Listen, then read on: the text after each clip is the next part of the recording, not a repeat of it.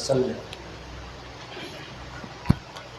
انتہائی واجب الاحترام پیر طریقت حضرت پیر سید غفور احمد شاہ صاحب صدر مجلس، واجب الاحترام محترم پروفیسر سلیم احمد چودھری، رہنما تحریک منہاج القرآن انٹرنیشنل، مصنف کتب فضائل درود شریف، عزت مآب جناب فاروق احمد گوندل صاحب، اور خانوادہ نوشاہیہ کے عظیم چشم و چراغ جناب پروفیسر پیمان خضر نوشاہی صاحب، اور اس علمی فکری روحانی مجلس کے میزبان برادر ذی وقار صاحبزادہ پروفیسر سید باسط عمران شاہ صاحب، اور اس مجلس میں موجود تمام معزز ارباب علم و فکر، آپ سب کو السلام علیکم ورحمۃ اللہ۔ اللہ رب العزت کا فضل و احسان ہے جس کی توفیق سے آج ہم سرائے عالمگیر کی سرزمین پر ایک ایسی علمی مجلس میں حاضر ہیں جو 7ویں صدی ہجری کے عظیم مصلح، عظیم تصوف کے امام اور عظیم صوفی شاعر، امام العاشقین، سلطان العارفین حضرت مولانا جلال الدین محمد رومی رحمۃ اللہ علیہ کے افکار کے سلسلے میں انعقاد پذیر ہے۔ رومی کا جب نام آتا ہے تو میرے برادر مکرم ڈاکٹر سید ہارون شاہ بخاری وہ فرما رہے تھے، علامہ کا ذکر کر رہے تھے کہ مشرق کا سب سے بڑا مسلم فلسفی شاعر جس نے پاکستان کا بھی تخیل پیش کیا، جسے دنیا حکیم الامت بھی کہتی ہے، شاعر مشرق بھی کہتی ہے، ترجمان حقیقت بھی کہتی ہے، کثرت الاسماء تدل علی کثرت المعانی، اتنے زیادہ القاب۔ تو انہوں نے جب 7 صدیاں بعد حضرت مولانا جلال الدین رومی کی مثنوی شریف کا مطالعہ کیا تو مطالعہ کرنے کے بعد حضرت مولانا روم کو اپنا پیر روم ڈکلیئر کر دیا اور اپنے آپ کو مرید ہندی کہتے ہیں۔ اور اگر ڈاکٹر محمد اقبال کی 10 کتب شاعری کا مطالعہ کریں جس میں 3 اردو کی ہیں، 6 فارسی کی ہیں اور 1 مکس ہے، آپ کو ان 10 کتابوں میں جس مسلم صوفی اور شاعر کا سب سے زیادہ ذکر ملے گا اور ان کی شاعری کی کوئی کتاب بھی جس کے ذکر سے خالی نہیں ہوگی، وہ آج کی وہ شخصیت ہیں جن کی یاد میں آپ شام منا۔ ایک شام حضرت مولانا روم کے نام، اور جگہ جگہ مولانا روم رحمۃ اللہ علیہ کا ذکر کرتے ہیں اور اپنا امام ان کو ڈکلیئر کرتے ہیں۔ اقبالیات کے ایک بہت بڑے شاعر ہیں پروفیسر یوسف سلیم چشتی، انہوں نے علامہ سے ایک دفعہ انٹرویو کیا اور انہوں نے پوچھا کہ اے حکیم الامت، آپ کو سب سے زیادہ کس کتاب نے متاثر کیا ہے؟ علامہ نے فرمایا قرآن حکیم کے بعد مثنوی مولانا روم نے کیا ہے، اور وہ خود اپنا چشم دید واقعہ بیان کرتے ہیں آخری سالوں 35 سے 38 کے دوران۔ کہتے ہیں جب کبھی علامہ کی خدمت میں حاضر ہوتا تو علامہ کے سامنے ٹیبل پہ 2 کتابیں پڑی ہوتی تھی، ایک قرآن مجید فرقان حمید، جو صحیفہ انقلاب ہے اور سرچشمہ ہدایت ہے، اور دوسری وہ کتاب جس کو حضرت مولانا عبد الرحمن جامی نے کہا تھا کہ مثنوی مولوی مانوی ہست قرآن در زبان پہلوی، کہ لوگوں اگر قرآن کو فارسی زبان میں سمجھنا چاہتے ہو تو مولانا روم کی جو ہے مثنوی شریف پڑھ رہا۔ اور 1935 کے زمانے میں حکیم عرشی نے آپ کو خط لکھا، اس کے خط کے جواب میں آپ فرماتے ہیں کہ آخری عمر میں ان کی نظر کا بھی مسئلہ، گلے کا بھی مسئلہ ہو گیا تھا، کہتے ہیں مدت ہوئی، اب مطالعہ کتب ترک کر چکا ہوں، اب تو صرف 2 کتابیں پڑھتا رہتا ہوں، قرآن حکیم اور مثنوی مانوی۔ اور میرے قائد، میرے شیخ، میرے مربی حضور شیخ الاسلام پروفیسر ڈاکٹر محمد طاہر القادری وہ فرمایا کرتے تھے، جن کی وجہ سے ہمیں یہ ذوق ملا اور ادھر کے راستے کا مسافر بنا دیا، فرماتے ہیں کہ میں اپنے والد گرامی حضرت علامہ فرید الدین قادری رحمۃ اللہ علیہ کو دیکھتا تھا، رات کا پچھلا پہر ہوتا تھا، وہ تہجد سے فارغ ہوتے اور مثنوی نکال لیتے تھے، اور مثنوی کو ایک مخصوص لے کے ساتھ اور ترنم کے ساتھ جو ہے اس کو پڑھنا شروع کر دیتے، مثنوی پڑھتے اور روتے جاتے اور آنکھیں اشک بار رہتی۔ اور ایک دفعہ پروفیسر صاحب، میں بھی آپ کی مجلس میں حاضر تھا، تو آپ فرماتے ہیں اب چونکہ کام مجھے جو ہے نا فرزانوں والا ملا ہے، ڈیوٹی لگی ہوئی ہے، اور تو میرا جی تو چاہتا ہے کہ مثنوی لے کے نا میں تنہائی میں چلا جاؤں، خلوت میں چلا جاؤں، لیکن کام ڈیوٹی ساری جو ہے جلوت والی ہے۔ تو مثنوی کے اندر کیا کچھ ہے؟ مثنوی کے 26,666 اشعار ہیں، اور اگر کلیات شمس تبریز کو بھی ملا لیا جائے، 50,000 اس کے بھی ملا لیے جائیں تو 80,000 کے لگ بھگ اشعار بنتے ہیں۔ اور اگر کلیات شمس تبریز کو پڑھو یا مثنوی روم کو پڑھو تو اس آپ کے سارے کلام میں جو بنیادی مضمون آپ کو ہر جگہ چھلکتا ہوا دکھائی دے گا، وہ مضمون وہی ہے جس کی طرف ہمارے محقق جناب پروفیسر ڈاکٹر ہارون شاہ بخاری اشارہ کر رہے تھے، وہ مضمون عشق ہے۔ وہ کیا ہے؟ مضمون عشق ہے۔ اور جو عشق کا مضمون رومیات کے ایک بہت بڑے ماہر اور محقق گزرے ہیں، خلیفہ عبد الحکیم، ڈاکٹر خلیفہ عبد الحکیم، وہ ایک جگہ ذکر کرتے ہیں کہ مولانا روم جو ہے عشق کو مختلف مضمون کو مختلف انداز سے بیان کرتے ہیں۔ مولانا روم کی نظر میں عقل کی خدمات کا بھی اعتراف ہے، عقل خدمت کرتی ہے، لیکن یہ چراغ راہ ہے، منزل نہیں ہے۔ عقل کی خدمات کے معترف ہیں، لیکن ہر جگہ امراض و علل کا طبیب وہ عشق کو گردانتے ہیں، اور وہ فرماتے ہیں کہ عشق ہی ہمارا امام ہے۔ وہ خلیفہ عبد الحکیم کی بات کر رہا تھا، وہ فرماتے ہیں کہ اگر مثنوی کا مطالعہ کریں نا، آپ کو اتنا زیادہ عشق کا آپ کو مضمون ملے گا، جگہ جگہ آپ کوئی بھی حکایت بیان شروع کرتے ہیں پھر درمیان میں مضمون عشق لے آتے ہیں۔ تو کہتے ہیں مجھے لگتا یوں ہے کہ مولانا روم رحمۃ اللہ علیہ جس انداز سے عشق کا مضمون بیان کرتے ہیں، لگتا یہ ہے کہ ان کو عشق سے عشق ہو گیا ہے، عشق سے عشق ہو گیا ہے۔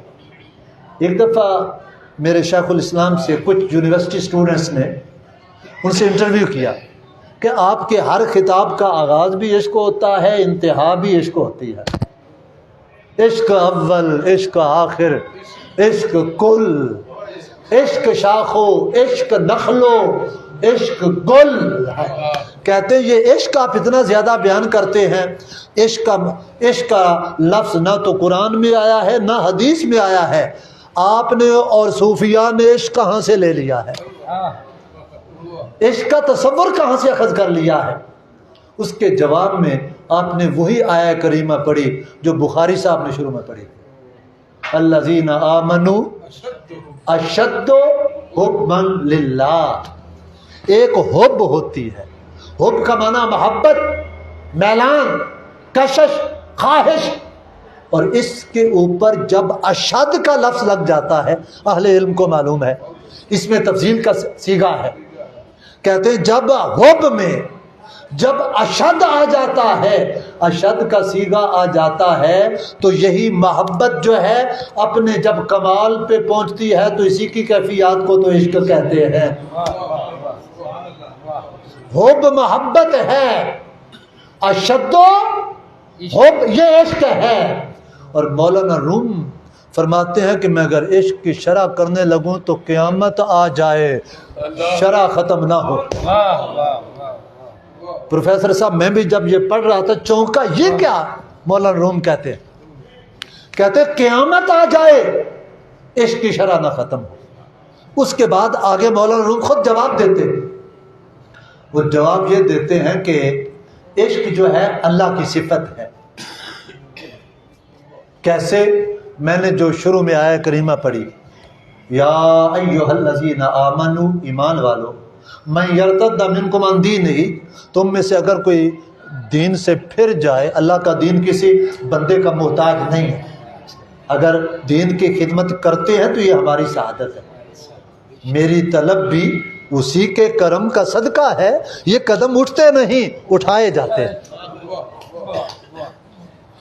تمہاری جگہ پہ اللہ اور بندے لے آئے گا، اور قوم لے آئے گا، اور جب وہ قوم لائے گا اس قوم کے اوصاف میں سے پہلی دو صفات یہ ہوں گی کہ اللہ ان سے محبت کرتا ہوگا اور وہ اللہ سے محبت کرتے ہوں گے۔ مولانا روم فرماتے ہیں یحبہم، یحب کا فاعل اللہ ہے، یحبونہ، یحبون کا فاعل بندے ہیں، اہل ایمان ہیں۔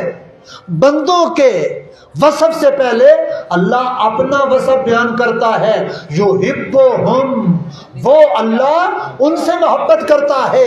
تو محبت صفت ہے اللہ کی، جس طرح اللہ تعالیٰ کی باقی ساری صفات جو ہیں وہ غیر محدود ہیں، وہ ابدی ہیں، وہ آفاقی ہیں، وہ دائمی ہیں، اسی طرح یہ صفت عشق بھی اللہ کی صفت ہے، یہ بھی دائمی ہے۔ اس کی صفت جو ہے بیان کرنا چاہوں تو قیامت آ جائے یہ صفت بیان نہ ہو۔ اور ایک مقام پہ فرماتے ہیں کہ عشق کے مضمون بیان کرتے کرتے نا کہتے ہیں کہ بس کر، کہیں ایسا نہ ہو کہ مثنوی 70 من کی ہو جائے، پڑھے گا کون؟ مثنوی وہ 70 من کی ہو جائے گی۔ اب عشق کا مضمون ختم کر۔ مولانا روم رحمۃ اللہ علیہ ان کی مثنوی شریف کا جو ایک ترہ امتیاز ہے، جس کی طرف میں آج کی اس مجلس میں جو ہے مختصر سے اشارات اور کنایات میں باتیں کروں گا۔ آپ لوگوں نے شام رکھی ہے، ایک شام مولانا روم کے نام، اور مجھے شاہ صاحب نے کہا ہے کہ یہاں میں ٹائم کی بھی بہت پابندی کرواتا ہوں، اس لیے مجھے بھی کرنا پڑے گی، ورنہ شاہ صاحب آئندہ جو ہے میرا سرائے عالمگیر میں داخلہ بند کر دیں گے۔ لاہور میں ہم نے شب رومی منائی پروفیسر صاحب، اس میں 15 اصحاب علم و دانش نے مولانا روم کی یاد میں جو ہے نا مختلف مضامین، پیغامات، افکار پیش کیے۔ 15 اشخاص نے ایک ہی مجلس میں جو ہے مولانا روم کو خراج عقیدت پیش کیا تھا۔ تو حاضرین گرامی قدر، مولانا روم کو اللہ پاک نے یہ خصوصیت عطا کی ہے کہ وہ جس بات کو اپنے قاری کو سمجھانا چاہتے ہیں، اللہ پاک اس کے حسب حال ان کے ذہن میں ایک حکایت ڈال دیتا ہے، ایک تمثیل ڈالتا ہے، اور جب وہ تمثیل بیان کرنا شروع کرتے ہیں اس وقت کسی کو پتہ نہیں ہوتا کہ مولانا روم کہنا کیا چاہتے ہیں۔ ایک خاص موڑ آتا ہے، اس موڑ پہ مولانا روم اپنا کام کرتے ہیں، اس کی صرف مثال کے طور پہ جو ہے نا، آپ نے دوسرے دفتر میں ایک حکایت بیان کی ہے، اس حکایت کا نام ہے مجذوب ہے، اور حضرت سیدنا موسیٰ کلیم اللہ ان کا واقعہ بیان کرتے ہیں۔ حضرت موسیٰ اور ایک مجذوب چرواہا۔ حضرت موسیٰ علیہ السلام کوہ طور پہ جا رہے تھے، راستے میں دیکھا ایک چرواہا تھا، وہ اللہ سے باتیں کر رہا تھا۔ اور باتیں کیا کر رہا تھا؟ وہ کہہ رہا تھا کہ باری تعالیٰ مجھے تیرے گھر کا ایڈریس نہیں معلوم، اور آج کی زبان میں کا نہ ہوم ایڈریس ہے، نہ کنٹیکٹ نمبر ہے، نہ میل ہے کوئی۔ اگر مجھے پتہ چل جائے تیرے گھر کا، ہر روز میں بکریوں کا دودھ دوہنے کے بعد اپنے بچوں کے پاس جانے سے پہلے تیرے گھر چلا جاؤں، میں تجھے دودھ پیش کروں، مولا میں تیرے پاؤں دباؤں، تو ساری کائنات کا نظام چلاتا ہے، میں تیرا بستر جھاڑوں، بستر صاف کروں، میں تیرے جوتے کو صاف کروں، مولا میں تیری خدمت کرنا چاہتا ہوں، تیری نوکری کرنا چاہتا ہوں، لیکن کروں کیا، ایڈریس نہیں پتا۔ یہ مولانا روم رحمۃ اللہ علیہ باتیں کر رہے ہیں حضرت سیدنا موسیٰ علیہ السلام کے سامنے، وہ مجذوب چرواہا باتیں کر رہا ہے۔ حضرت موسیٰ علیہ السلام بڑے جلیل القدر نبی جی، انہوں نے دیکھا، ان کا بدبخت یہ کیا کہہ رہا ہے، لباس کے لیے جسم چاہیے، وہ جسم سے پاک ہے، جوتا اس کے لیے چاہیے جس کا جسم ہو، رب ذوالجلال کی تو کوئی مثل نہیں ہے، وہ تو وحدہ لا شریک ہے، وہ لا شبیہ ہے، لا مثیل ہے، یہ تو کیا باتیں کر رہا ہے، اور اللہ کی یہ شان یہ نہیں ہے۔ تو جب میں اختصار سے بات کرتا ہوں، جب اس چرواہے نے کہا ہائے میں اللہ کے شان کے خلاف بات کر چکا ہوں، وہ آگے پھر کہتا ہے کہ گفت اے موسیٰ دہانم دوختی، وز پشیمانی تو جانم سوختی، اے موسیٰ میں اللہ کے شایان شان میں نے بات نہیں کی، ہائے میں کیا کہہ بیٹھا ہوں۔ اس نے گریبان پھاڑا، چیخ ماری اور جنگل میں چلا گیا۔ جب جنگل میں چلا گیا، حضرت موسیٰ علیہ السلام سے اللہ نے جو کلام کیا اب وہ رومے کی زبان میں سنیے۔ حضرت موسیٰ علیہ السلام سے اللہ نے فرمایا وہی آمد سوئے موسیٰ اے خدا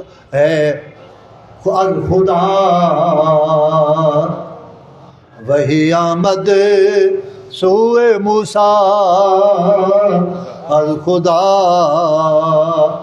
بندہ ماں راز ماں کر دے جدا۔ اللہ کی طرف سے وحی آئی، اے موسیٰ تو نے میرے بندے کو مجھ سے دور کر دیا ہے، نبیوں کا کام یہ تو نہیں ہوتا، تو برائے وصل کردن آمدے نئے برائے فصل کردن آمدے۔ نبیوں کا کام مخلوق کو خالق سے ملانا ہوتا ہے، بھگانا نہیں ہوتا۔ تو نے میرے بندے کو بھگا دیا، اور آگے پھر فرمایا کہ وہ باتیں جو کر رہا تھا اے موسیٰ مجھے اس کی باتیں اچھی لگ رہی تھی، کیوں؟ وہ جو ہے عشق میں جلا ہوا تھا، وہ دیوانہ تھا میری محبت میں، میرے عشق میں۔ میں نے ہر ایک کے لیے الگ الگ مزاج بنایا ہے، ہر ایک کو الگ الگ طریقے سے ڈیل کرتا ہوں۔ آگے فرمایا کہ موسیٰ آداب دانا دیگرن، داناؤں کے آداب اور ہوتے ہیں، عاقلوں کے آداب اور ہوتے ہیں، فرزانوں کے آداب اور ہوتے ہیں۔ موسیٰ آداب دانا دیگرن، اور سوختہ جانے روانہ دیگرن۔ عشق والوں کے آداب اور ہوتے ہیں. وہ کیا کہتے ہیں کہ الٹی ہی چال چلتے ہیں دیوانگان عشق، آنکھوں کو بند کرتے ہیں دیدار کے لیے. آگے فرمایا کہ ما برورا نلگریمو کال را اور ما درورا بلگریمو حال را. جو حدیث پاک کا مضمون ہے، ان اللہ لا ينظر الى صورکم واجسادکم ولکن ينظر الى قلوبکم، کہ اللہ پاک تمہارے ظاہر کو نہیں دیکھتا، تمہارے جسموں کو نہیں دیکھتا، تمہارے باطن کو دیکھتا ہے. ظاہر کو لوگوں کے لیے رکھو، باطن کو مولا کے لیے رکھو. وہ تمہارے باطن کو دیکھتا ہے، ظاہر کو نہیں دیکھتا. اور عشق والے جو ہیں ان کے لیے فرمایا ملت عشق از ہما ملت جدا اور عاشقارا مذہب ملت خدا، کہ عاشقوں کا مذہب جدا ہوتا ہے، عشق والوں کا طریقہ اور ہوتا ہے. جب میں مولانا روم کا یہ شعر پڑھتا ہوں اور پھر بانگے درا کو اٹھاتا ہوں تو علامہ کا وہ جو شعر ہے کہ انوکھی وضع ہے سارے زمانے سے نرالے ہیں، یہ عاشق کون سی بستی کے یارب رہنے والے ہیں. عاشقوں کا ٹون ہی الگ ہوتا ہے، عاشقوں کی بستی الگ ہوتی ہے. یہ مولانا روم نے فرمایا. مولانا روم آگے فرماتے ہیں کہ کئی چیزیں، کئی باتیں جو ہیں ایک کے لیے جو ہے وہ ظاہر، ایک لیے ممدوح ہوتی ہیں، دوسرے کے لیے مذموم ہوتی ہیں. وہ آگے کئی مثالیں دیتے جاتے ہیں. چیز ایک ہوتی ہے، ایک کے لیے نار بنتی ہے، دوسرے کے لیے نور بنتی ہے. کہتے ہیں یہ باتیں جو چرواہا کر رہا تھا آپ کریں تو آپ کے لیے نار ہوگی، اس کے لیے نور ہے. ہم ہر ایک کو اس کی طبیعت، اس کے مزاج، اس کی سیرت کے مطابق ڈیل کرتے ہیں.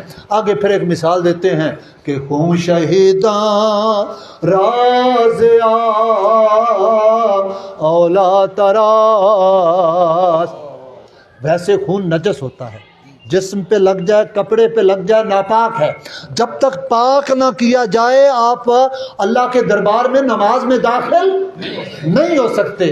لیکن شہید کا جو خون ہوتا ہے وہ بھی خون، لیکن اس کے لیے فقہا کا جو نقطہ نظر جدا ہے. وہ کہتے ہیں کہ اسے خون آلود جسم کے ساتھ جو ہے دفنا دو.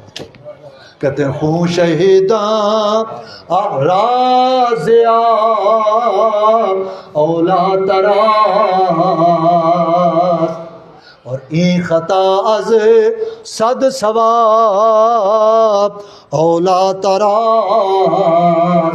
ہے غلطی، ہے خطا، لیکن ہزاروں درستیوں سے بھی یہ بہتر ہے کیونکہ نسبت ہے. آگے پھر علامہ مولانا روم رحمۃ اللہ علیہ کئی صفحات جو ہے اس کے نکات بیان کرتے کرتے آخر میں پیغام یہ دیتے ہیں، اے بندے میری اور تیری عبادت جو ہے ہم جو کرتے ہیں، جب قیامت کے روز پردے اٹھیں گے، حجابات مرتفع ہوں گے، تو اس وقت یہ میری اور تیری عبادت بھی وہ چرواہے کے تصورات کی مانند دکھائی دے گی.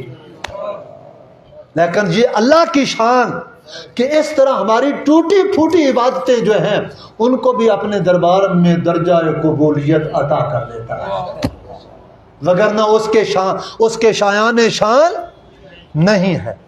ابھی صابری صاحب اور میں جب جی ٹی روڈ پہ آ رہے تھے، راستے میں کھاریاں کے قریب جو ہے ایک جگہ الغنی پیٹرولیم پہ جو ہے نا گاڑی رکی، نماز پڑھی، تو صابری صاحب محترم مجھے گاڑی میں آ کے کہتے ہیں شکر ہے ہم نے جو نماز پڑھ لی. جب انہوں نے شکر کا لفظ کہا تو میری نظر، میرے تصور میں نا مولانا روم نے ایک جو ہے نا حکایت بیان کی ہے ایک بہرے کی، میری نظر فوراً اس کی طرف گئی اور پھر شکر اور اس بہرے کی جو ایک عیادت تھی وہ میرے سامنے جو جھلک گئی کیسے ایک شخص بہرا تھا، اس کا پڑوسی بیمار ہو گیا. جب بیمار ہوا تو اس نے سوچا کہ عیادت کرنی چاہیے، اور عیادت کے لیے پھر وہ سوچ میں پڑ گیا، میں تو بہرا ہوں، میں اس سے جو بات کروں گا وہ جو جواب دے گا مجھے سمجھ تو آئے، مجھے سنائی نہیں دے گی. پھر اس نے قیاس کیا، قیاس کیا. اس نے 3 سوال جو ہے نا قیاس میں رکھے. یہ میری کتاب میں بھی وہ ڈیٹیل سے ہیں، گزار مثنوی میں.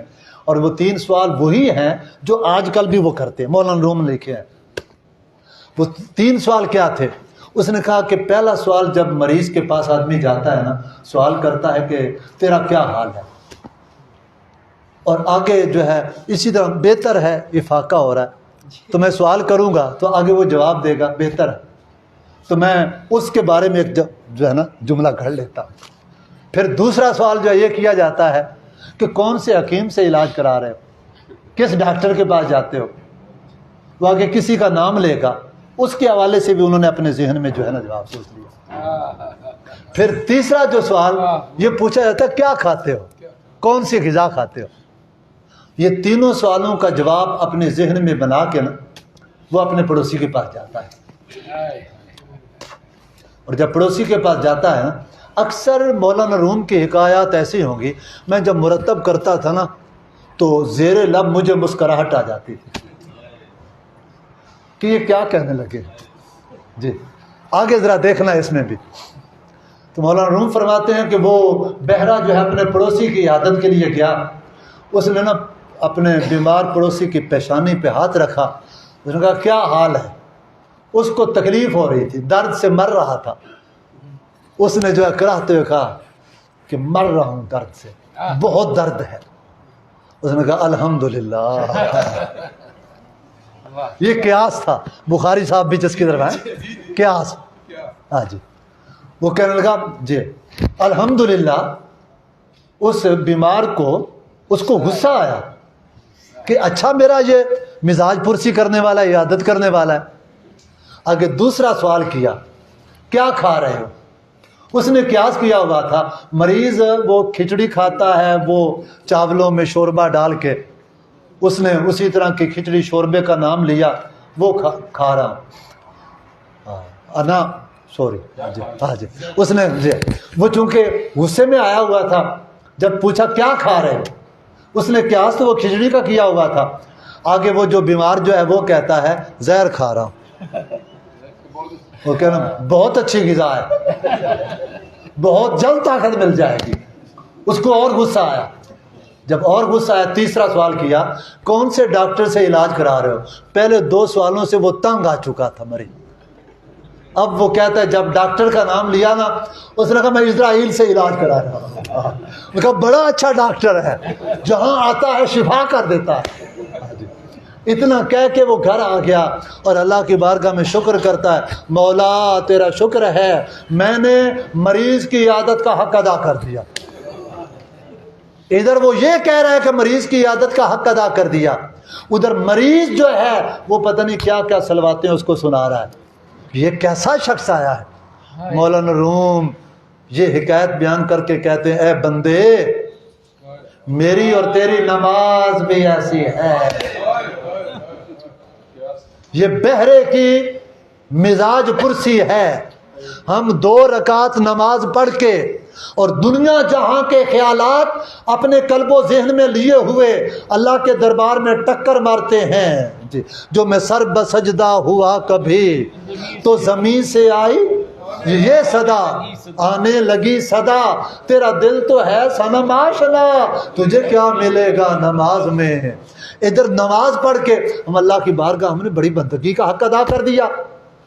ہم روزوں کی میت کو اٹھا کے اور شام کے وقت طرح طرح کے مرغن کھانوں کے ساتھ افطاری کر کے اللہ کی بارگاہ میں ہم نے جو ہے روزوں کا حق ادا کر دیا. کہتے ہیں قیامت کے روز جب پردے ہٹیں گے تو یہ ہماری نمازیں اور ہمارے روزے جو ہیں ایسے ہی دکھائی دیں گے.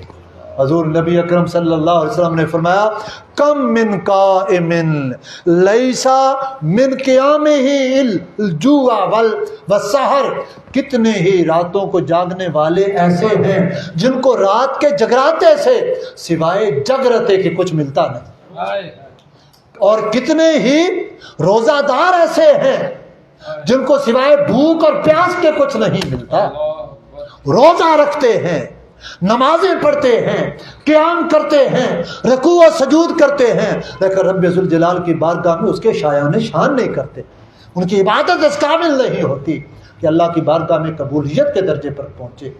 ایک رسالہ قشیریہ میں بزرگ کا ذکر ہے، وہ کیا کرتے، رات کو نا اللہ کی بارگاہ میں 2 نفل پڑھتے، جب سلام پھیرتے تو اللہ کی بارگاہ میں کہتے مولا یہ جو 2 رکعت میں نے پڑھی ہیں تیرے شایان شان تو نہیں تھی، یہ تو میں نے گناہ کیا ہے، معافی کے لیے 2 نفل اور پڑھتے کہ باری تعالیٰ معاف کر دینا، کل قیامت کے روز گرفت نہ کر لینا۔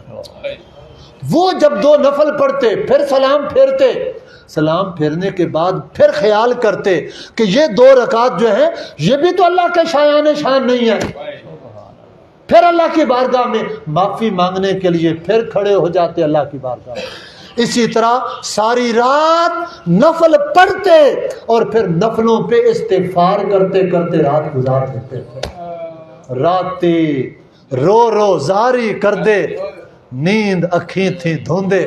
میں سرائے عالمگیر بیٹھا ہوں اور میرے اس بائیں طرف وہ شخصیت ہیں جن کو رومی کشمیر کہتے ہیں، حضرت میاں صاحب رحمۃ اللہ، ان کے کلام میں وہی درد و سوز ہے جو مولانا رومی کے مثنوی کے کلام میں ہے۔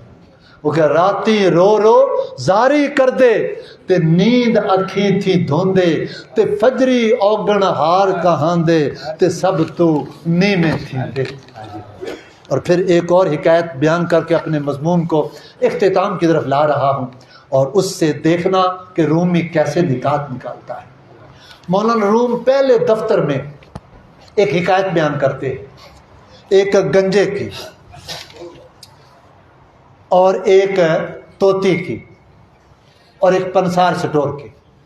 کہتے ایک پنسار سٹور تھا اور اس نے ایک طوطی رکھی ہوئی تھی، طوطی بڑی خوش نوا تھی، خوش کلام تھی، جب کسٹمرز آتے ان سے کلام کرتی، کسٹمر خوش ہوتے اور اس کی سیل بھی بڑھتی۔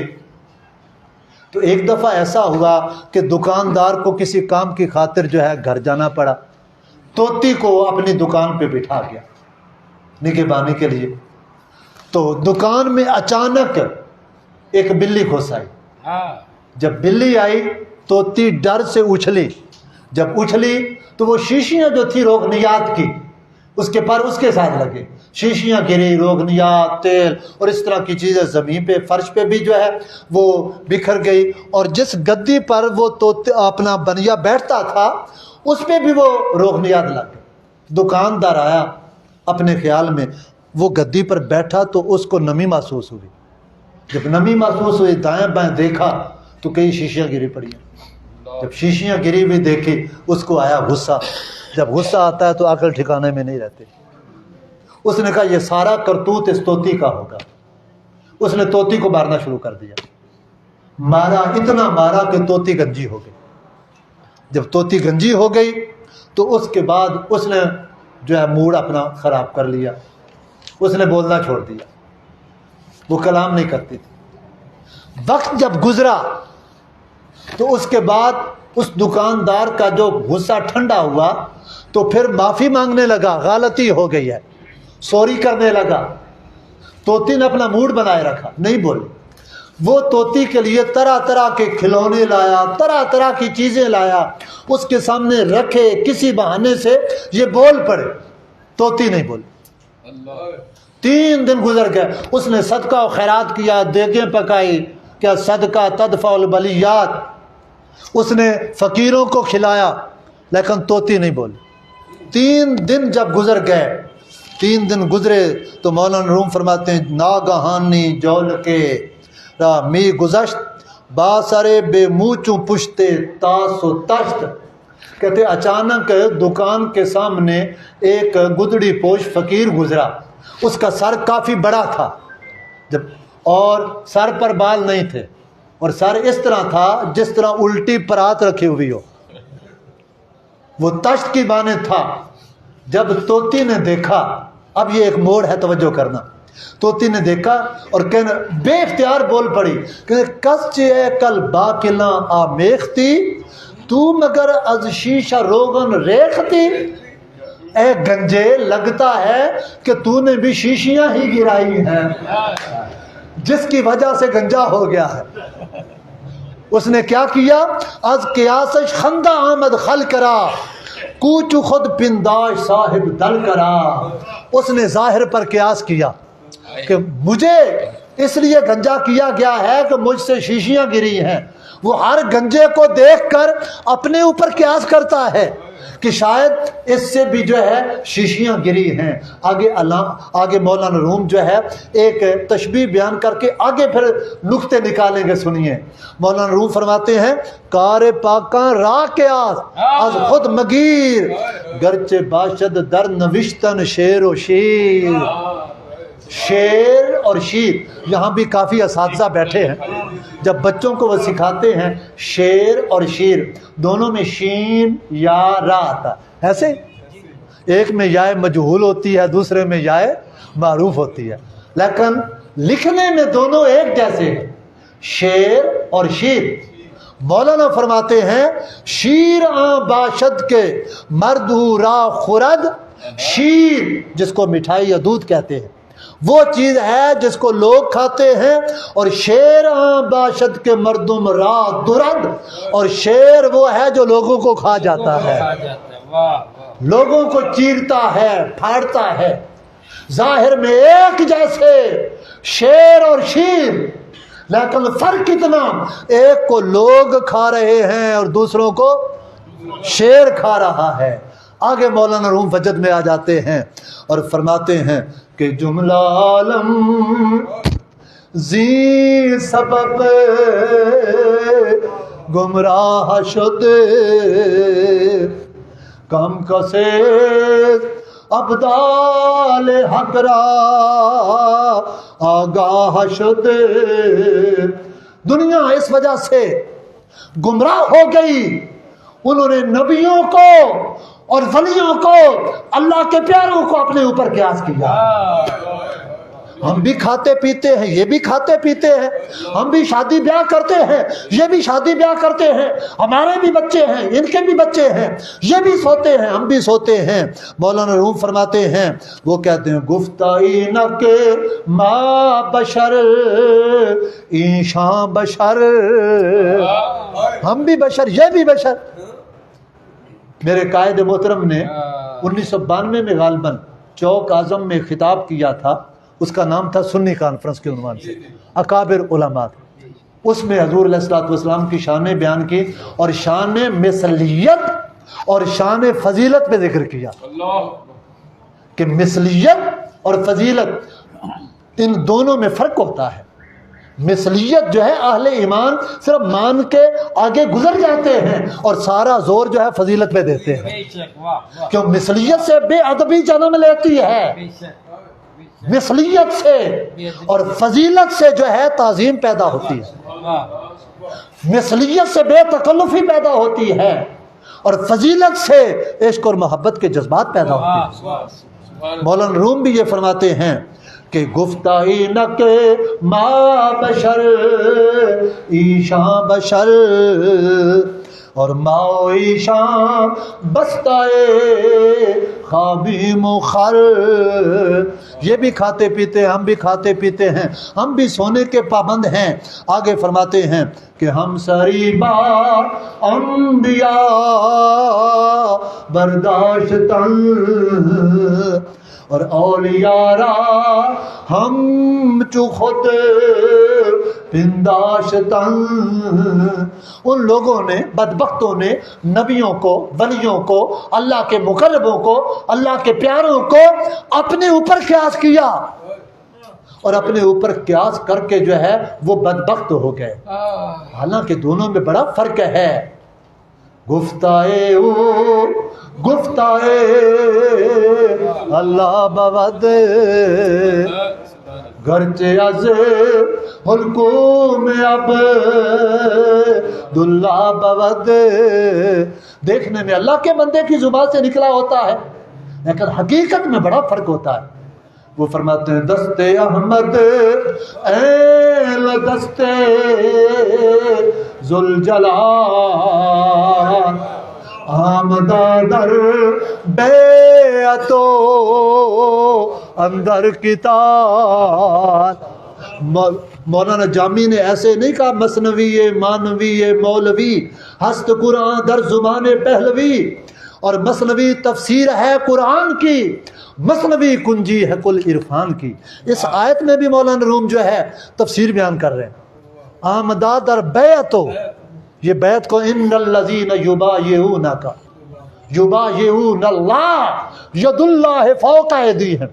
حدیبیہ کے مقام پر 1400 صحابہ جب دست مصطفیٰ پر اپنا ہاتھ رکھ کر بیعت کرتے ہیں قرآن کہتا ہے اے حبیب وہ بیعت آپ کے ہاتھ پہ نہیں کرتے وہ اللہ کے ہاتھ پہ کر رہے ہیں. دستے احمد ایل دستے ذوالجلال. جس طرح محبت مصطفیٰ محبت خدا ہے، خوشنودی مصطفیٰ خوشنودی خدا ہے، رضائے مصطفیٰ رضائے مصطفیٰ ہے، قول مصطفیٰ قول مصطفیٰ ہے، فعل مصطفیٰ فعل مصطفیٰ ہے، ادب مصطفیٰ ادب خدا ہے، توہین مصطفیٰ توہین خدا ہے. اس طرح دست مصطفیٰ بھی دست خدا ہے. اور پھر فرمایا اے محبوب وما رمیتا اذ رمیتا ولکن اللہ رما. محبوب وہ کنکریاں جو آپ نے پھینکی وہ آپ نے نہیں پھینکی وہ اللہ نے پھینکی. ان کو جن کو تو نے قتل کیا ہے ان کو تو نے نہیں قتل کیا بلکہ اللہ نے قتل کیا. مولانا روم اسی کی طرف آگے اشارے کرتے ہوئے کہتے ہیں کہ این دانش تندیشاں از عمار ہست فرق درمیان بے منتہا. بعض دفعہ ظاہر ایک جیسا ہوتا ہے لیکن فرق اتنا زیادہ ہوتا ہے زمین و آسمان کے برابر ہوتا ہے. آگے وہ 3 مثالیں دیتے ہیں سمجھانے کے لیے. مولانا روم کا اسلوب دیکھو قاضی صاحب جی. وہ کہتے ہیں کہ ظاہر ایک جیسا ہو فرق کتنا. وہ کہتے ہیں 2 طرح کی بھیڑیں ہوتی ہیں وہ ایک جگہ سے رس چوستی ہیں ایک جگہ سے جو خوراک لیتی ہیں لیکن ان کے جسموں میں جب جاتے ہیں تو ایک سے ڈنگ بن جاتا ہے دوسرے سے شہد بن جاتا ہے. ظاہر ایک جیسا فرق کتنا. کہتے ہیں 2 طرح کی نرسلیں ہوتی ہیں جن کو ہم پنجابی میں غالباً کانے کہتے ہیں. پہلے کلمیں بنتی تھیں 2 طرح کی. ایک نرسل سے وہ قلم بنتی ہے جو اندر سے کھوکھلی ہوتی ہے اور دوسری نرسل جو ہے وہ اندر سے شوگر سے بھری ہوتی ہے شوگر کین گنا. ظاہر ایک جیسا فرق کتنا. ایک اندر سے کھوکھلا دوسرا اندر سے جو ہے بھرا ہوا. تیسری مثال دیتے ہیں کہ 2 طرح کی ہرنیں ہوتی ہیں. ایک چراگاہ پہ جاتی ہیں ایک سے گوبر نکلتا ہے اور دوسرے سے قیمتی مشک بن جاتا ہے. کہتے ہیں کہ اس طرح کی مثالیں دینے لگوں 100,000 ہی چنا اشباہ میں فرق شاں 70 سالہ راہ بھی. اس طرح کی دنیا میں آپ کو کائنات میں ہزاروں مثالیں دکھائی دیں گی لیکن ان میں 70 سال کے برابر فرق ہوگا. آگے آخر میں فرماتے ہیں فرق کیسے. کہتے ہیں خورد گردد پلیدی زو جدا. یہ جو کہتے ہیں کہ نبی ولی ہم جیسے ہیں اس کا جواب دیتے ہیں. کہتے ہیں ہم بھی کھاتے یہ بھی کھاتے ہیں. اب کھاتے تو ہیں آگے آثار دیکھو. مولانا روم فرماتے ہیں خورد گردد پلیدی زو جدا اور وہاں خورد گردد ہما نور خدا. یہ کھاتا ہے تو پلیدی نکلتی ہے اور وہ کھاتا ہے تو نور خدا بن جاتا ہے. اس پلیدی سے مراد نفس کے رذائل، اس کی زبان سے جھوٹ بکا جاتا ہے، یہ حرص و حرص کا پیکر ہے، یہ غیبت کرتا ہے، یہ حسد کرتا ہے، یہ عجب کرتا ہے، یہ ریا کرتا ہے۔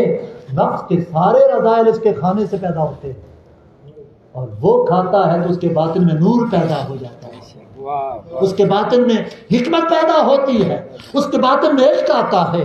اور پھر فرماتے ہیں این خورد زائد ہمار بخل و حسد، اور وہاں خورد زائد ہمار نور احد،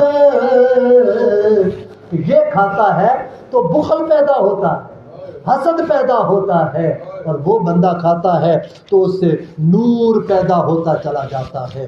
اس سے آگے تقریباً 3 صفحات مولانا روم رحمۃ اللہ علیہ جو ہے وہ آگے کئی اسرار، کئی رموز بیان کرتے جاتے ہیں، جس میں پہلی دفعہ یہ حکایت سنی ہو، جب یہ طوطی والی بات وہ سن رہا ہوگا، اس کے خواب و خیال میں بھی نہیں ہوگا کہ مولانا روم جو ہے بتانا یہ چاہتے ہیں۔ کسی کے خیال میں تھا؟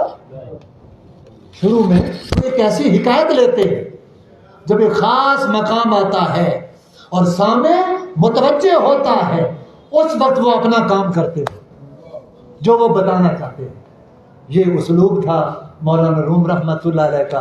آخر میں صرف چند شعر مثنوی کے نچوڑ کے طور پہ جو ہے نمونے کے طور پہ اپنی بات ختم کرتا ہوں 5-7 منٹ کے اندر، کہ مولانا روم کا ان اشعار میں جو ہے نچوڑ ایک پڑھ رہے تھے صابری صاحب، چشم بندو گوش بندو لب بند، 3 دروازے لوگوں بند کر لو، 3 دروازے، 3 ڈور بند کر لو، چوتھا ڈور کھل جائے۔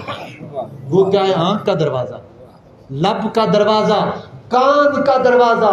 مولانا روم فرماتے ہیں این گر نہ بینی سر حق بر ما بخند، اگر 3 دروازے تو بند کر لے پھر بھی تجھے حق کا راز نہ ملے تو مجھ پہ ہنسنا۔ آگے فرماتے ہیں آدمی دین دست باقی پوستاد، اور دیداں باشد کے دیدے دوستاد۔ یہ بندہ کیا ہے؟ یہ 2 چیزوں کا مرکب ہے، ایک جسم ہے، ایک روح۔ مولانا روم فرماتے ہیں کہ آدمی جو ہے، میرے نزدیک انسان جو ہے وہ دید کا نام ہے، دیدار کا نام، مولا کا دیدار، دیدار خدا بندی کا نام، جس کو حدیث جبریل میں کہا گیا کأنک تعبد ان ترا تعبد کأنک ترا، کہ اے بندے تو اس طرح عبادت کر جیسے تو اللہ کو دیکھ رہا ہے۔ فَإِن لَمْ تَكُنْ تَرَى فَإِنَّهُ يَرَاكَ، اور اگر یہ کیفیت نہیں بنتی تو یہ تصور کر وہ تجھے دیکھ رہا ہے۔ کہتے آدمی اس چیز کا نام ہے، اللہ کے دیدار کا نام ہے۔ اور خواجہ اجمیر نے بھی یہی پیغام دیا، وہ کہتے ہیں آنکس کے در نماز نبیلت جمال دو فتویٰ ہمیں ہم کے نمازش قضا کنت۔ جس بندے نے نماز میں اللہ کا دیدار نہ کیا، ہمارا فتویٰ یہ کہ اس کی نماز ہی نہیں ہوئی، یہ عاشقوں کی نماز ہے۔ فرماتے ہیں خواب را بگزار امشب اے پدر، اور یک شب در کوئے خواباں کوئے بے خواباں گزر، بڑی دیر نیند کر لیا ہے، اے بندے کبھی آ بے خوابوں کی گلی میں بھی، ان کے کوچے میں بھی آ کے رات گزار دیکھ، پھر رات کو کیا ملتا ہے۔ اور فرماتے ہیں کال را بگزار مرد حال شو، اور پیش مرد کام لے آمال شو، گلا چھاڑ، باتیں چھوڑ اور مرد حال بن جا، اور مرد حال بننے کے لیے کسی مرد کامل کے سامنے پامال ہو جا۔ اور پھر فرماتے ہیں جان جملہ علم ہا این استو این کہ بداند کیستم در یوم دین، سارے علوم جتنے پڑھتے ہیں ان علوم کی اصل یہ ہے، وہ یہ کہ قیامت کے روز ہم کس بھاؤ بکیں، یہ پتہ چل جائے تو علم حاصل ہو، وگرنہ علم کا کوئی مقصود نہیں۔ علامہ نے مرید ہندی نے جس کی طرف اشارہ کیا تھا، خوش تو ہیں ہم بھی جوانوں کی ترقی سے مگر لب خنداں سے نکل جاتی ہے فریاد وصال۔ ہم سمجھتے تھے کہ لائے گی فراغت تعلیم، کیا خبر تھی کہ چلا آئے گا الحاد وصال۔ جس علم سے الحاد آئے، جس علم سے جو ہے دین سے دوری آئے، وہ علم ہی نہیں ہے۔ دوستان مکرم، دست ہر نا اہل بھی مارت کند، سوئے ما در آ تی مارت کند، رس بہاراں کیا شبد سر سبز سنگ، خاک شوتا گل بروے رنگ رنگ۔ اے بندے، تو اگر تو چاہتا ہے کہ تجھ سے پھول اگے تو پتھروں سے کبھی پھول نہیں، تو بڑی دیر تک جو ہے لوگوں کا دل دکھانے والا پتھر بنا رہا۔ میری مان کچھ دیر کے لیے خاک بن جا، دیکھ خاک بن کر مٹا دے اپنی ہستی کو، اگر کچھ مرتبہ چاہے کہ دانا خاک میں مل کر گل و گلزار ہوتا ہے۔